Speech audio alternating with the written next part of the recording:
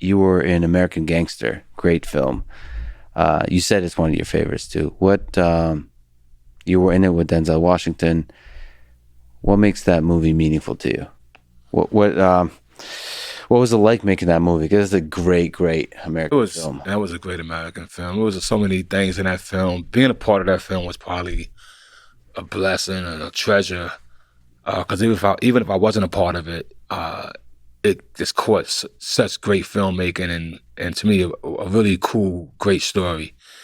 The thing that I love about it the most really is the process of it. You know, which part of the process? I wouldn't have known the process if I wasn't part of it. So as a film enjoyer, it was a great film. But even the process of making it was like high level education for me on multiple levels. I'm working with Ridley Scott, which is, and this is a bold statement if I say this here, because I got a lot of friends that's gonna probably, but he's probably the best living director.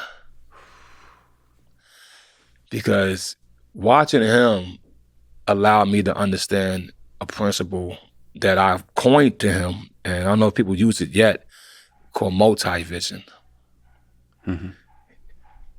He seems to have the capacity to see 8 things at one time. I heard on Robin Hood he had 18 cameras. I wasn't there for that.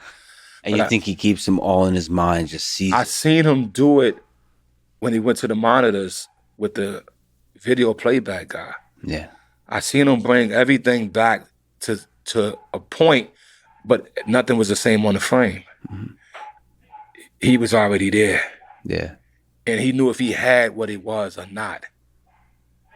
Yeah. And he placed the cameras there. And he saw it like in his own way. And I peeped it.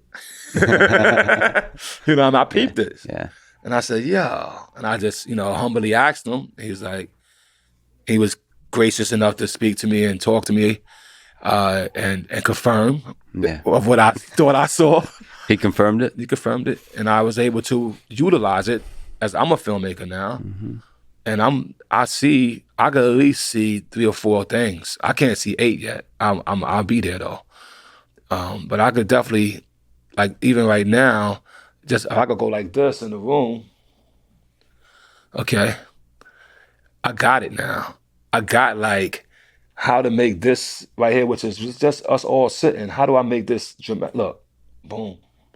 Mm-hmm. One on him. There's a story there. There's a story there. And I might just go off his hanging watch or his hanging wristband. Yeah.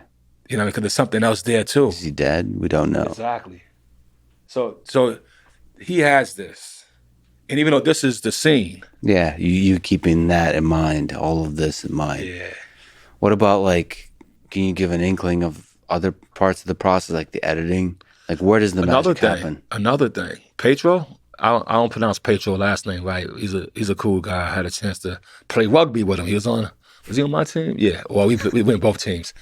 But Pedro, the editor who, edited many great films, once again, he has, I will call, deciphering power.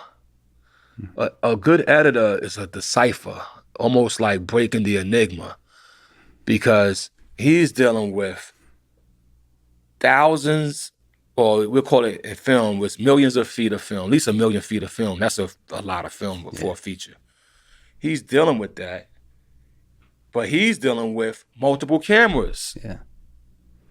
So it ain't like it's like 2 cameras, he got an A, B, and he could just go back. No, he may have 6 cameras and he has to go back and deal with that process. And you know what? He knows how to tell the story again. And he proved it on American Gangster as me being a witness, because it's so much information.